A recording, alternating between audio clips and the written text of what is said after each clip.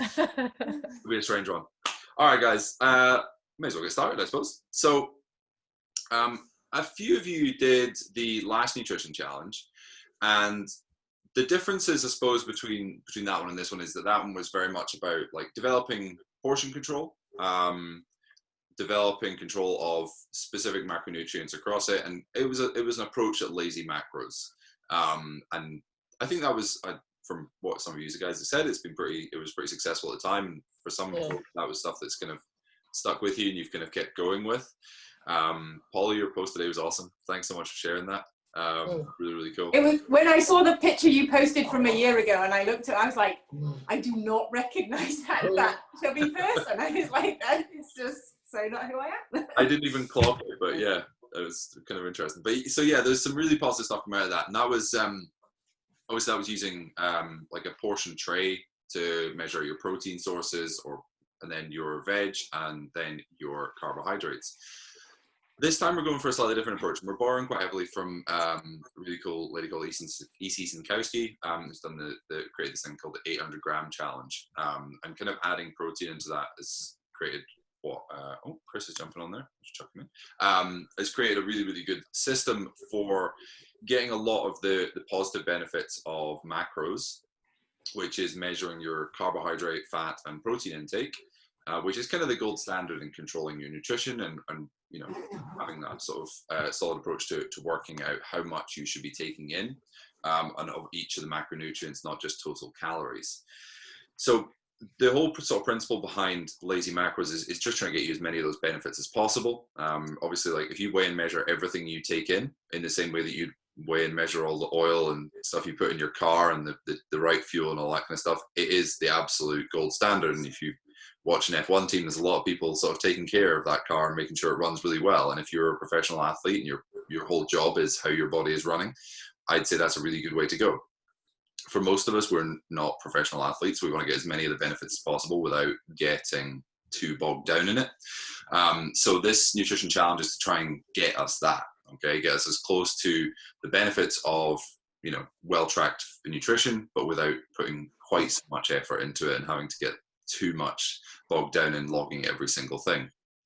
So the essential part of this challenge is that we're going to have two components: 800 grams of fruit and veg and your own protein target. Now, I've chatted to some of you who've already been in and done your measurements about what this protein target would be. And you'll get all this info out just straight after this call. Actually, it'll go out to you to your email.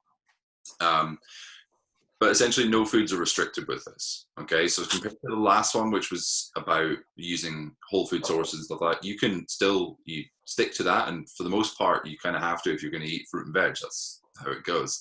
Fruit and veg are whole food sources, but we're not restricting you to that. So whilst last time there were cries of nowhere wine on Wednesdays and when can I eat chocolate in this thing, there's no such problem with that. Okay, so you can eat as much of that as you want. However, I would say that if you are getting in that 800 grams, and some of you have already tried to baseline that so far this week, it's a lot.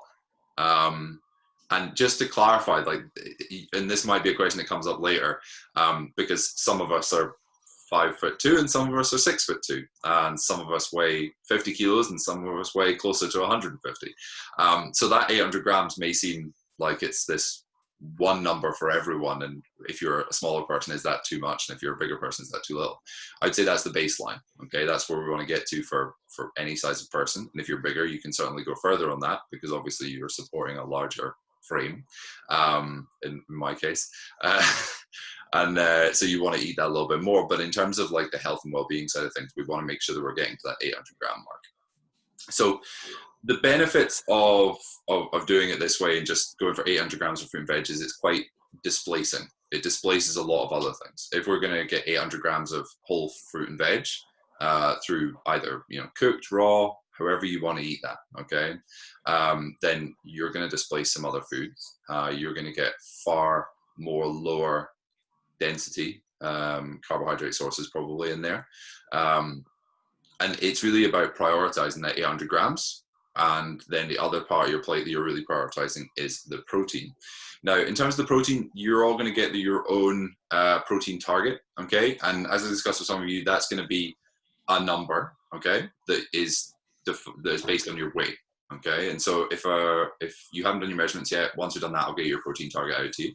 Okay, but I'll give you a sort of, you know, a rough idea just now if you've already or know your weight, and it's going to be somewhere in the 1.4 grams to 2.4 grams per kilogram of body weight. Okay, so if you're 100 kilograms, you're going to be eating somewhere between 140 and 240 grams of protein per day. Okay, now if you've never tracked protein before, and that seems a little bit arbitrary, somewhere like something like a chicken breast is about 36 grams of protein. Okay, a decent sized steak, 36 grams of protein. Surprisingly, a lot of the times this 36 number comes up. Okay, and that just gives you a general idea. So if you're, say, aiming for 150 across the day, and each chicken breast is 35 grams, that's a lot of chicken breast. start to see where that comes out. Okay. Obviously, not everyone here is going to be aiming for 150. For a lot of you guys that are on this call, it'll probably be close to 100. Okay, but you'll be somewhere in that ballpark. All right. So that starts to give you an idea of where you're looking at. The main reasons we want to hit the protein side of things, and I've kind of said this a few times, is just mostly about supporting lean muscle mass. Okay, and all of the things we're going to chat about, they're either going to fit into one or both camps of short-term health and well-being and performance in sport, and, you know, recovering from sport, which is what we're quite often trying to do, and sort of body composition fits into that, and then really the long-term effects of that out in the future. One of the things we highlight in the document we sent out to you is something called sarcopenia, which is a fancy way of saying losing your muscle as you get older, and we've kind of highlighted that, saying somewhere in the 3 to 5% of your muscle mass decreases every 10 years as you age past 30, which is surprisingly soon. And that's kind of the one side of things we want to really try and take care of. And research has shown that if you try and combat that with increasing your protein targets as you age, then that's a really good way of combating that loss of muscle. The other side of that is doing, you know, resistance exercise, which is what you're all coming and doing at least 3 times a week, which is awesome. So you're already covering that base. Okay. But that increased protein consumption also has the benefit of displacing some of those other things as well. Okay, protein is naturally really filling. If you increase your protein consumption as well as your veggies, you're going to be full. You're not going to be going hungry on this. Okay, and that's a big thing to realize, is that it's going to be more a case of fitting it in for some, rather than you know, feeling hungry at the end of the day, because that's not the sort of diet I like to do. I want to make sure I feel full, and if you eat well, you can be very full and still be on track with this. Okay, so the protein target, that'll be entirely individual for you. I'll give you a number, but I'll also give you a bracket. Okay, and that bracket is between the 1.4 and 2.4, depending on the individual. That'll be slightly different in terms of what your sort of like bracket is that you're aiming for. Obviously, if you are, you know, exactly the weight you want to be, or in terms of like your body composition, you're exactly where you want to be, then you probably want that to be, you know, right smack bang in the middle of that, 1.4 to 2.4 grams per kilogram of body weight. If you are wanting to reduce your body fat, you possibly want to go a little bit lower on that, just to reduce the overall calories. And then if you're supporting a decent amount of muscle mass, you maybe be a little bit higher on that. Everyone's individual, and you might be coming from a perspective of not eating anywhere close to that target, and so it'll be quite a jump. And if it is quite a jump, that can suddenly be like, if I just give you one number and you're trying to get from here to there, it can seem like quite a daunting task. So with that bracket, aim to get into the bracket first, and then aim to get towards your actual target across the 6 weeks. Okay. Otherwise, if you suddenly start eating a lot more all in one go, it may feel like too much. Okay. So that's kind of on the protein side of things. There's some general, like, easy things to use which will really help with this, and I've already mentioned like a couple of things, like chicken breast or a steak. You know, they're really easy, 36 grams of protein. So a target of 130 odd grams of protein per day, then you're just like, okay, one of those portions, which is 120 gram chicken breast at each of my 3 meals. And the big thing I would say with this is you've got numbers to work with. So you know you're going to eat, you know, for the most part, most people eat 3 meals a day. If you eat 3 meals a day and you're eating for 800 grams, you're going to get 270 in each meal. That makes life easy. You don't have to ram it in all at dinner then and have the biggest couple of salad bowls known to man. I would say that's a really nice way of targeting this. And at the same end of things, if you're going shopping or planning your food for the week, okay, you're going to be alive for 7 days this week. You're going to be aiming for 800 grams of fruit and veg every day. So if you extrapolate that out, you're going for 5.6 kilos of fruit and veg when you go shopping for the week. Okay, so that's going to be mixed though. You're going to think, okay, some of that's going to be potatoes, maybe. Might be sweet potatoes, might be squash, might be whatever that is. And they're going to be your higher carbohydrate sources, along with your fruits. Okay, so it'll quickly mount up to that 5.6 kilos when you start putting it in the shopping basket. But just think about that in terms of like, if you're trying to plan your quantity so you don't get to Thursday and you're like, oh, I've run out of fruit and veg. Because it can easily happen, because it's happened to me tonight. We haven't got our Asda delivery through yet, and it was supposed to come today, and it's apparently coming tomorrow now, and I'm stuck without any fruit or veg. So, but it just, in terms of planning and thinking about things, it's, you know, if you've got a Post-it and a pen, you can work out how much you need to have across each of those. And in terms of tracking this, you know, there's really complex ways of doing things that involve scales and apps and stuff like that. You can do that if you want. You can also just have a Post-it that you keep in your pocket and you just tally it up throughout the day. Okay, you know how much an apple weighs, and this is one of the things we're going to be putting out over the next few days. Some really, really helpful like cheat sheets, or what we're going to call like fridge sheets, that are just like a one sheet of paper that tells you the approximate weights of a load of different veg when they're either peeled, you know, like you've not eaten the core of an apple. It's going to be about this. And yes, on Monday you might have a kid's pink lady apple, and the next day you might have a giant Granny Smith apple. On average, across 6 weeks, it's going to be about that weight. Okay, and that's the real thing I want you to take away from this. Don't be sort of like penny pinching in terms of the weights. Just be quite sort of, I'm not going to say vague, but loose with it, because it's supposed to be lazy. All right, you're not supposed to be stressing about grams here and there. Like if you get to 797 grams by the end of the day, I'm going to say that's 800. If you get to 790, you've probably miscounted somewhere and it's about 800. Okay, or just have another bite of something. Grab a couple of spinach leaves, you'll be there. There's another couple of rules, like say something like 30 grams of lean meat is about 8 grams of protein. Okay, so if you're measuring out mince, 30 grams is about 8 grams. You can kind of like start to, that is an average. If you're eating chicken breasts, you're going to get more protein per gram. If you're eating beef mince, you're going to get less protein per gram, but averages out somewhere about 8 grams per 30 grams of meat. So that's a really good way of sort of like doing that. Also, your 800 grams of veggies, that's 10 grams of protein. It's a hard way to get protein, but that's 10 grams of protein. So if you're hitting your 800 grams, take that 10 grams off. Okay, and these little things really help to sort of like work that out. There's loads of other little tips and tricks that I put into the challenge details document. Really, really help. But in terms of like your protein sources, and like firstly, we've discussed this a little bit, to going plant-based with this. Protein sources we're just classing as lean sources of protein, ideally. So not the fattier cuts of meat, if you're eating meat. You're still getting protein from those, but ideally we want our protein to be at least double the amount of fat that's in that. Okay, so if you look at the nutrition label on something and the protein and fat are about the same, aka eggs, then that's not really an ideal source, because whilst you can include it, and that's great, like if you eat 10 eggs, that's 60 grams of protein, off you go. It's also 60 grams of fat, because there's about the same amount of fat as there is protein in an egg, and that's going to be a lot of calories over the course of a day and a week. That can really, really add up. So if your goal is changing body composition, or just, you know, improving body composition through reduction in fat, going for those higher fat protein sources is probably not the way to go. Okay, so just sort of bear that in mind when you're doing that. Some really useful things, like if you want to have bacon in the morning, lean bacon medallions are a really great option, because they don't have all the fat on them, it's just the meat part of it.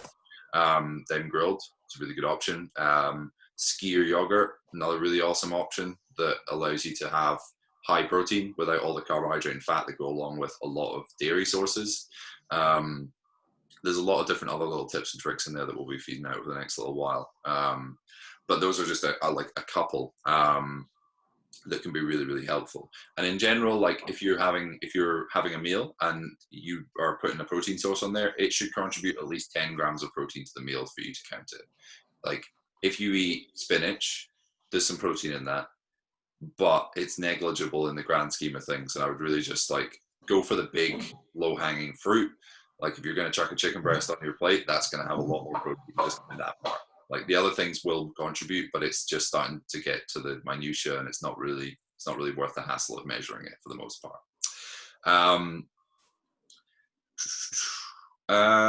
There's a lot of other little bits and sort of details and stuff like that, and there's probably going to be foods that you're like, does this count? And like in the 800 grams of veg, like there's ones like olives, they're a fruit, count them. Can I count pickled X, Y, or Z? Totally, as long as there's not loads of sugar in it, then yes. Drain it, count it. Do I weigh things before or after cooking them? Up to you. Okay, if you take 100 grams of peppers and you roast them, it becomes 50 grams of peppers. You're just making your life harder, but you can totally do that.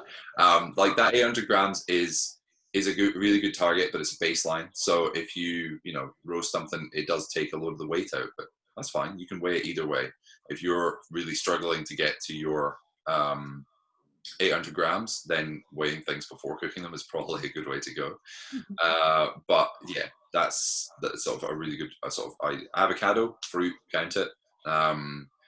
Other ones like corn, if it's corn on the cob, sweet, count it. If it's like corn derivatives, no. And that's just a sort of general guide. Grains, nope. Quinoa, buckwheat, all that kind of stuff, it's not a fruit or vegetable. Beans and peas, yep, great, except for peanuts. Nuts are not a fruit or vegetable, we're not counting those. Tomato derivatives are another good one, like ketchup and pre-made pasta sauces and all that kind of stuff. If it includes water, oil, or sugar, don't count it. Okay, so if there's been added those things, don't count it as part of your fruit or veg.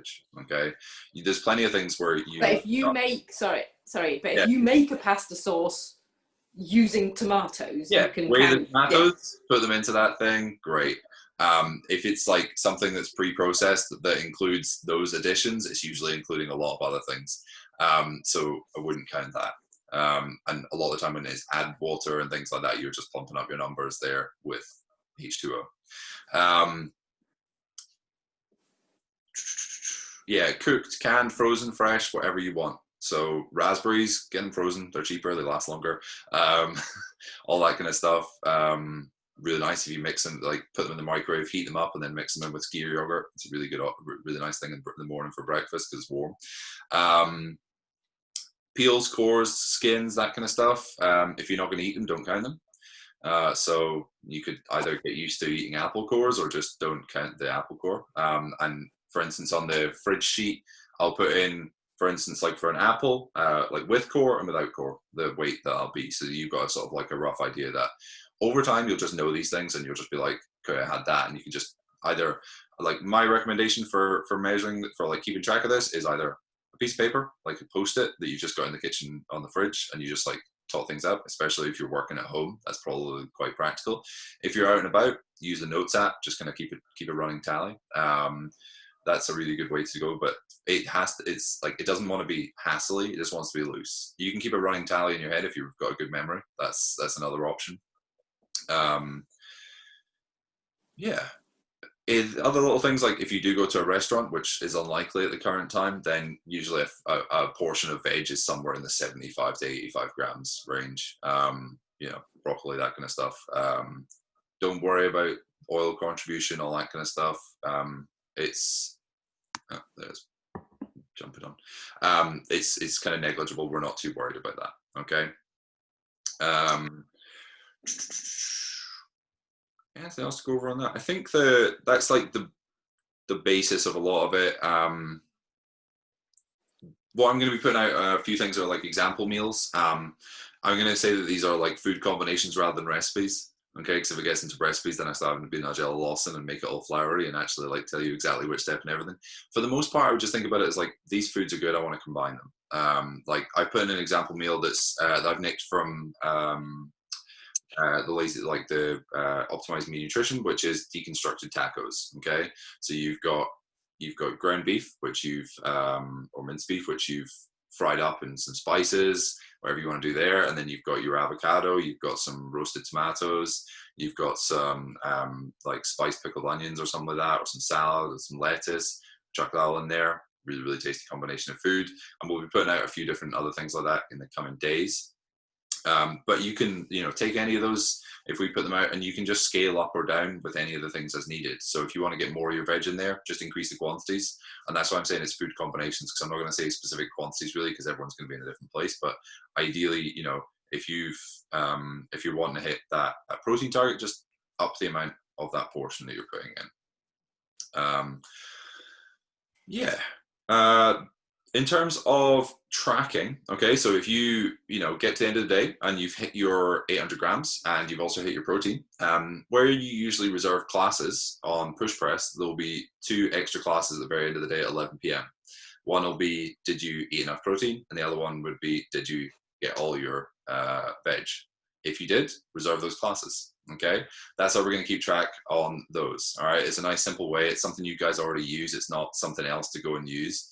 Okay, you can just hop on there every day that you do that, reserve those. You can't reserve them in the future, you can't reserve them in the past. So if you hit it that day, log it. Okay, over the course of the challenge, over the 6 weeks, there are 84 points available per person, because you have 2 targets to meet for 7 days a week for 6 weeks. Okay, there will be prizes for best use of points across the challenge. So if you like a game, you can try and get as many points as possible across that challenge. And really, we just want to try and focus on being consistent.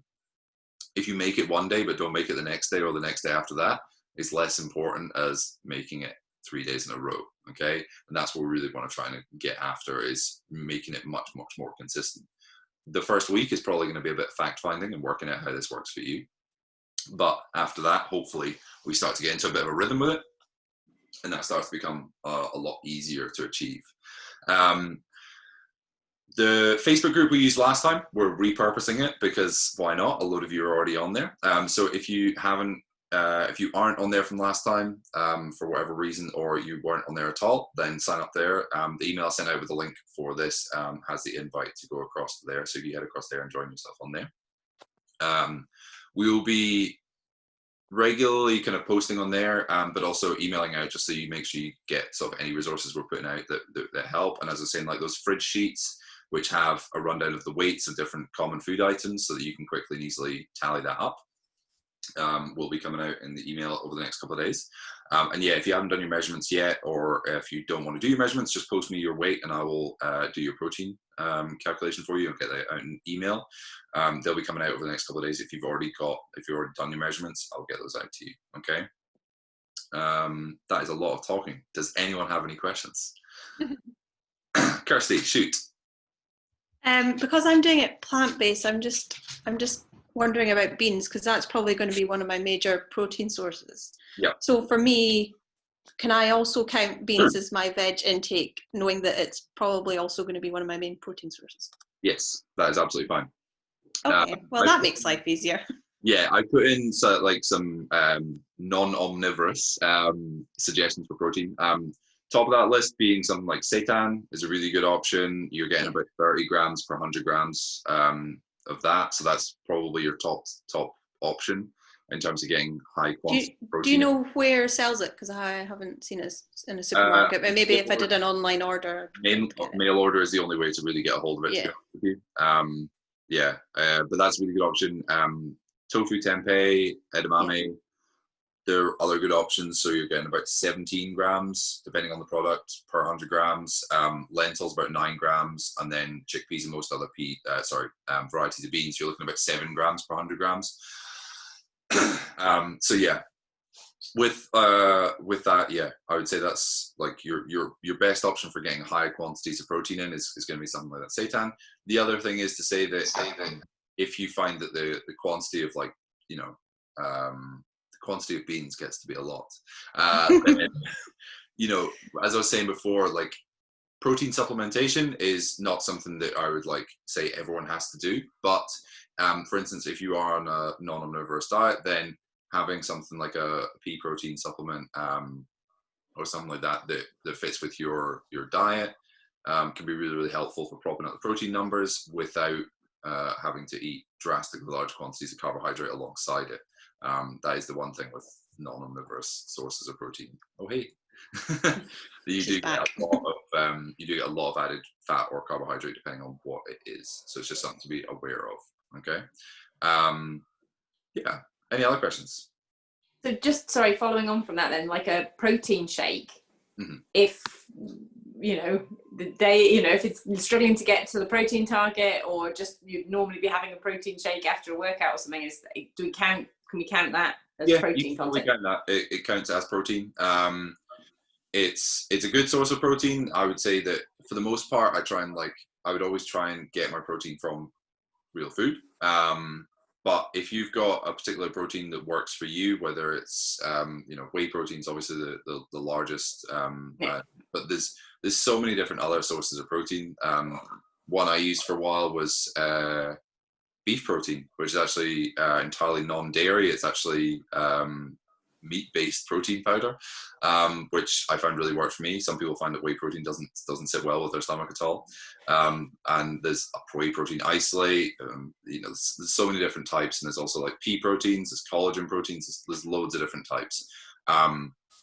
They can be useful if you are struggling to hit that protein target. However, for the most part, like it should be doable with normal food. That we don't want to have to get to the point where we're like having to buy special things to get to that. But if it's a normal part of your day already, then yeah, go for it. Any other questions? I have a question. Yeah. So, during the last nutrition challenge, one of the things I found that really worked for me was getting some protein, some carbs, and some fats at each meal, a small amount of fat. Like, I found that kept me going for ages. I had good energy. So, like, is it okay to still have a little bit of butter with the veggies and things? Totally. Like we're entirely not tracking fat with this. Right. As I said, it's entirely not about excluding anything. And like, if you're anything like me, like melting butter over the top of some veggies is one of the nicest things known to man with salt and pepper. So like, we're not excluding anything. The thing I would say is, like, as long as you're prioritizing the veg and the protein, anything you can fit in on top of that is great. Whatever. I'm like, it to be honest, like, if and anyone who's tried to see how the 800 grams stacks up and eating that much protein will attest, it's probably more than you would expect. And you do definitely want to distribute it evenly across the day, because trying to fit that all in one go is a chewing nightmare. So yeah, I would try and distribute that across the day, but I would just in the same way that I'd always sort of think about anything, like break it up into chunks. Same way if it's a workout, like don't look at the daunting big list of things you got to do. Just try and like break it down into something manageable. And yes, 270 grams per meal is super manageable. 200 grams plus an apple between meals. That's another way of thinking about it. All these different ways of breaking it up so that it's far more attainable. If, for instance, you do breakfast, but you do it without any fruit or veg, and then you get to lunch and you've got to have 400 grams of veg, and then dinner you've got to have 400 grams of veg, that's a lot of chewing again. So I would try and think about just like dividing it up and trying to make sure that each meal you're getting some of that fruit or veg. Like in the morning, you might be more of a fruit person, like get some berries in there, get some banana. And actually I find that's like a really nice compliment to, like, if I'm having some eggs, bacon, steak, whatever you want to have at breakfast. Steak for breakfast is very good. It's a really nice compliment to it because it's refreshing. So it's quite nice in the morning. So that's a personal preference thing, but it's in some ways like it's an invitation to experiment a little bit. Yeah. Like if you're used to having one thing every day for breakfast, mix it up a little bit. It's, if anyone's been down for breakfast at the Old Bridge Inn, they started doing something which I absolutely love, which is Mexican for breakfast, which does not involve like cereal or pancakes. It's like decent, proper Mexican food, but you have it at breakfast because why would you have anything different? And actually, having what you would have at dinner at breakfast doesn't feel that weird once you get over the idea of it. And actually having breakfast for dinner is great. So the other way around also works too. Any other questions? Oh, Wendy's jumping on. Any other questions for anyone on top? So I can still drink gin? you can drink as much gin as you want, Sam, as long as you can eat it with cucumber or breakfast. Huh? So I can swap my evening gin for breakfast gin if I want. I think the police somewhere between Carbridge and Aviemore might have something to say about that, but I've got nothing to say about it. I'll wait till after class then. Yeah, that's probably good actually. Drinking before class would go down very well. Any other questions from anyone at all? Pauline, what are you thinking?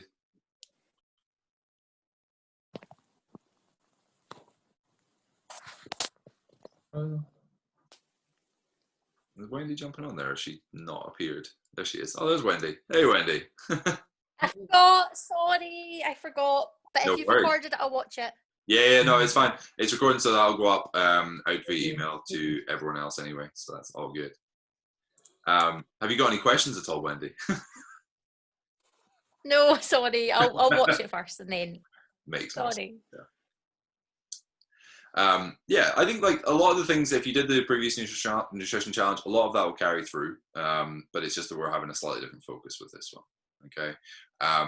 As before, like use the group. Like if you've discovered something that works really well, share it on the group. If you want to, you don't necessarily have to post photos of how many sweet potatoes Aldi has got at the current moment as was last time, because we're not quite so focused on those. Like you can eat white potatoes as much as you can stomach. I don't think Rob was quite as infused as Sam thought about the idea of eating 800 grams of white potatoes for his daily intake, but you can totally do that if you want.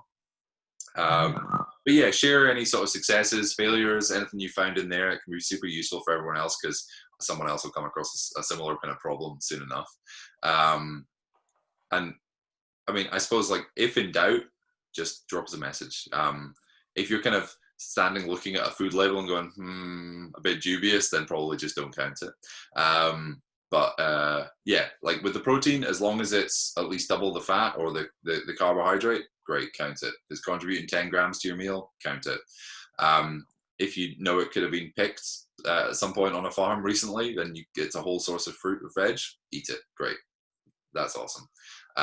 Like don't get too hung up on things with it. It's supposed to be lazy. All right, guys.